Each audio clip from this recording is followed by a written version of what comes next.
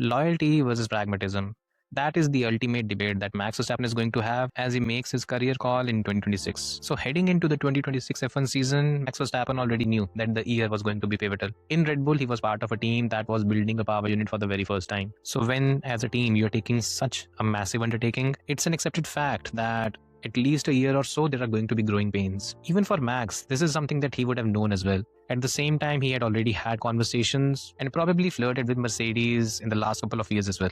He has himself admitted that he talked to Toto Wolff in both 2024 and 2025. The talks were had, but ultimately he did not jump to any decision. This time around, in 2026, his exit clause and the way it is structured, it means that if Max Verstappen is not top 2 in the championship by mid-season, he can leave Red Bull. What that essentially means is if Red Bull is not a title contending car in 2026, he probably can leave the team and join whatever options are on the table. While that was the case, before the first season even began with the first shakedown in Barcelona, the call could have been a straightforward one for Max if Red Bull had not put together a power unit that was competent. What the first 3 days of running for the Red Bull power unit has told us is, even though it is not the benchmark, it is still a competent power unit. What that means is the power unit, it might not be the best in Formula 1 in terms of what a Mercedes is able to produce, but with the kind of foundation that has been put together, it's not going to take a long time for this power unit to ultimately reach a point where it can compete with the best.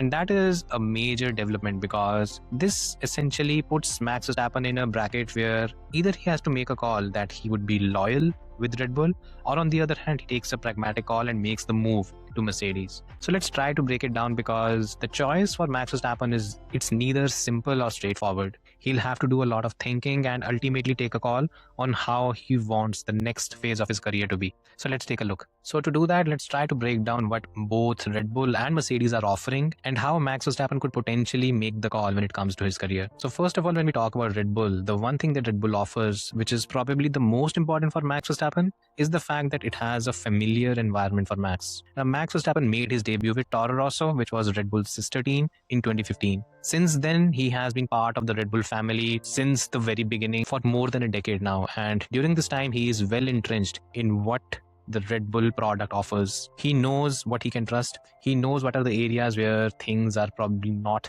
in the best condition. And he also has his trusted members within the squad. As we have seen with Lewis Hamilton right now at Ferrari, having a trusted clique of people, it is very important for you to succeed within a team. At Red Bull, Max Verstappen has that. He almost knows everyone within the team and it's home. That's how Max Verstappen puts it.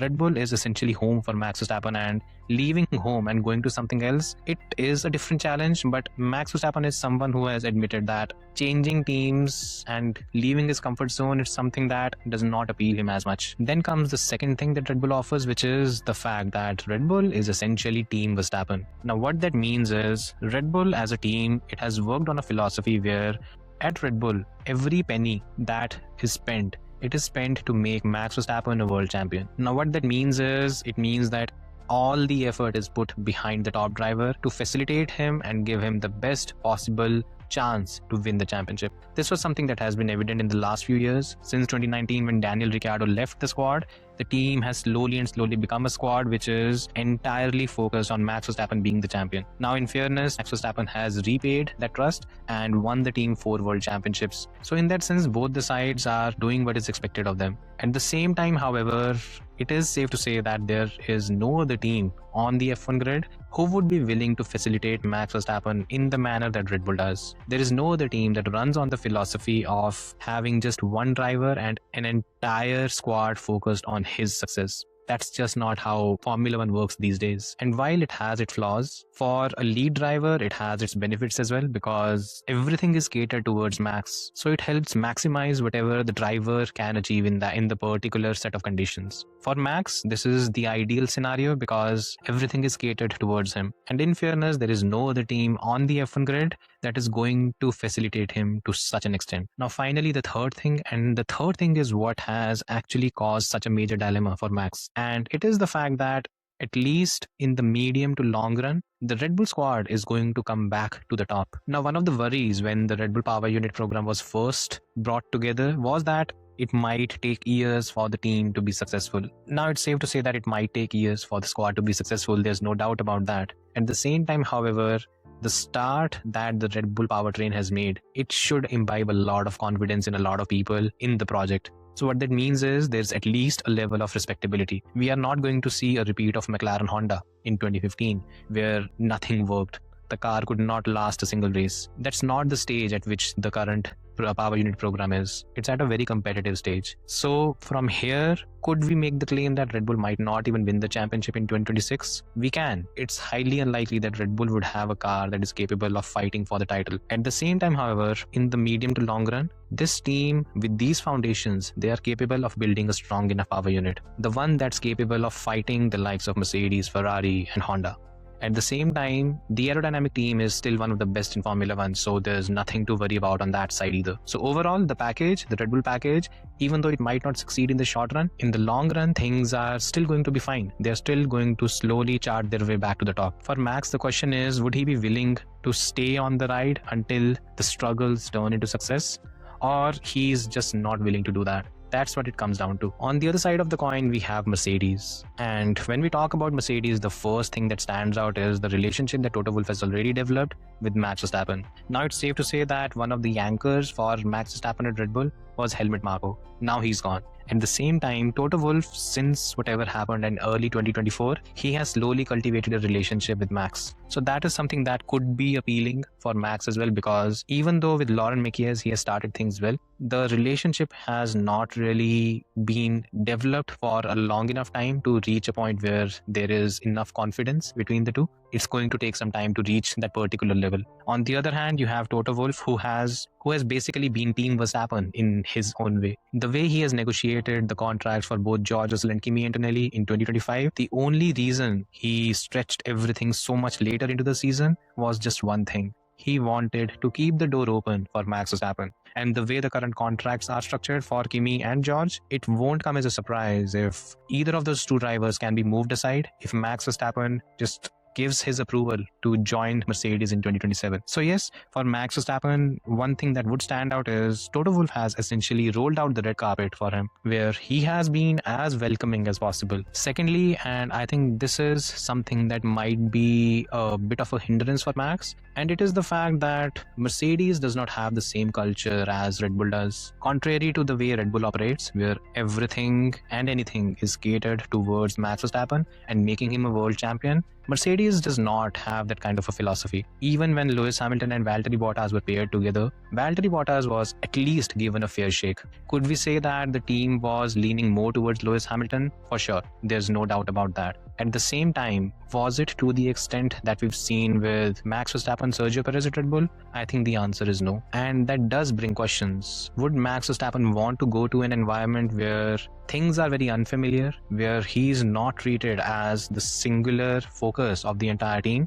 Would he want to go into those team dynamics? Or would he demand something similar to what Red Bull has? That is a question that Max Verstappen would have before he thinks about making a move from Red Bull to Mercedes. Finally, and probably the most important thing, Mercedes has got off to a brilliant start in these regulations. Again, whatever happens with the power unit controversy that is going on, whether the loophole will be plugged or not, I think it's safe to say that even if the loophole is plugged, at least in my view, I don't think Mercedes loses too much of an advantage. It might still end up being the benchmark in Formula 1. Regardless, I think it's safe to say that Mercedes has had the best start in the new regulations. Things seem to be clicking. There are not too many simulation or correlation issues that they faced in the previous regulations. So yes, if the car is working well, the power unit is the benchmark, the team has started on a positive note. And if this team has started on a positive note already, it's going to take a lot of effort to usurp this kind of lead. And in Formula 1, we've seen if there is a team that ends up starting the regulations well, in the worst case scenario as well, that team is still going to be contending for the championship by the time the regulations end. So for Max Verstappen, there is potentially a scenario where in 2027, Mercedes is still going to be fighting for the championship while Red Bull might not.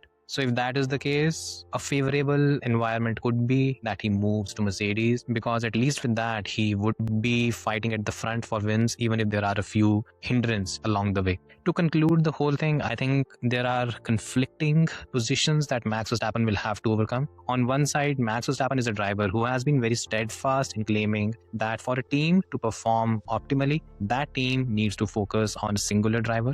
he has been very public in making this claim. His approach has been that there's one best driver, so everything should be focused around him, and title should be fought keeping that driver in mind. Now, Red Bull, essentially, it fits that description. Mercedes does not. At the same time, there is another steadfast belief that Max Verstappen has reiterated quite a few times, and that is that he's not going to be a part of an F1 project where ultimately he's part of a team that will continue to systematically improve for multiple years and then reach the top. That's something that he's not interested in.